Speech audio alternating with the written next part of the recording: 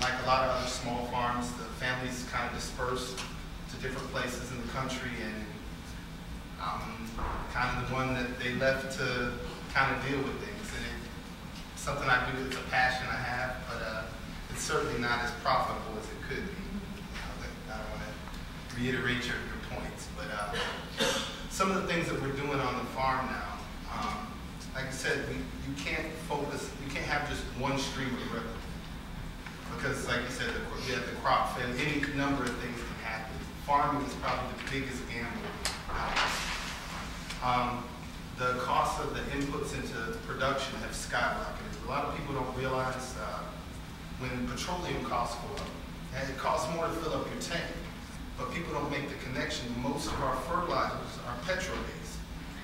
The baling twine, the big shredded wheats you see out in the fields, the twine that bales those is oil-based.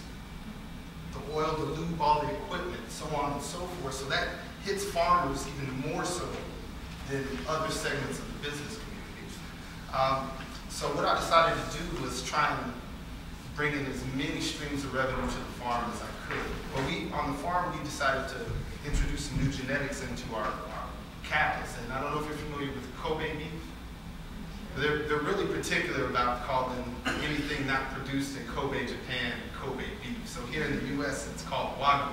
So what we've done is incorporate some of those genetics into our Black Angus line to increase the margin.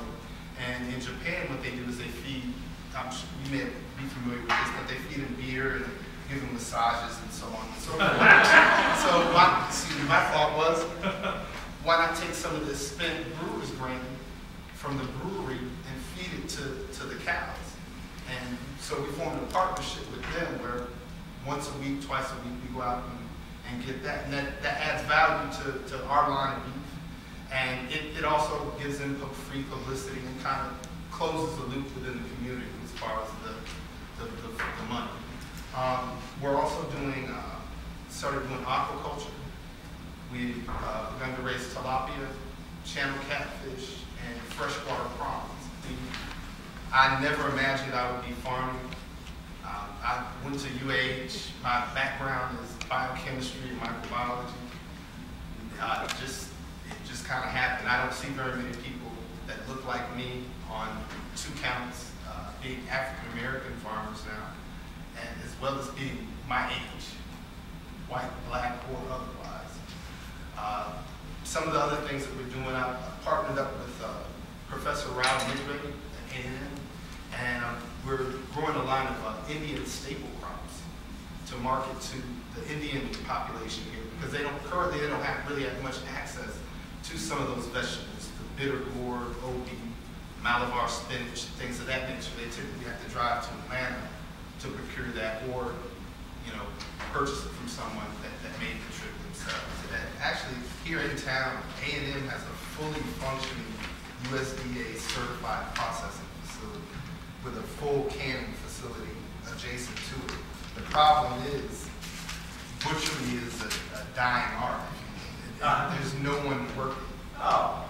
Yeah, we provide some stuff to some local restaurants, kind of on an experimental basis now. Like I tell them right now, I want to supplement rather than supplant your existing suppliers, so that I don't put myself in that position. Small farmers have to be really careful about that, about not over-promising. Because the chefs and the restaurants, they expect to have the product meet a certain minimal standard, and they expect to have it there when you say it's going to be there. And so that's the biggest one of the hurdles that I've come into, is just being able to meet